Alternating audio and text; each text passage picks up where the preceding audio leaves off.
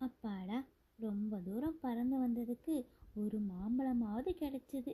இன்னைக்கு என் பசங்களோட பசியை போக்க இந்த ஒரு மாம்பழம் போதும் அப்படின்னு சொல்லிக்கிட்டு இருக்கும்போதே அந்த வழியா ஒரு வயதான ஆந்தை உணவுக்காக தேடி வந்துக்கிட்டு இருந்தது. அது மீனுக்குருவிக்கிட்ட இருக்கிற அந்த மாம்பழத்தை பார்த்துச்சு. குருவியே, காட்டுல 2 வாரமா மழை பெஞ்சனால எனக்கு எங்கேயுமே உணவு கிடைக்கல. நான் சாப்பிட்டு 2 வாரம் ஆகுது. எனக்கு ரொம்ப வயசாகிட்டனால என்னால் பறக்கவும் முடியல. ரொம்ப பசிக்குது. நீ எனக்காக இந்த ஒரு மாம்பழத்தை விட்டு கொடுப்பியா? சரி பாட்டி, நீங்கள் ஒன்றும் கவலைப்படாதீங்க. இந்த மாம்பழத்தை தாராளமாக நீங்களே எடுத்துட்டு போய் சாப்பிடுங்க.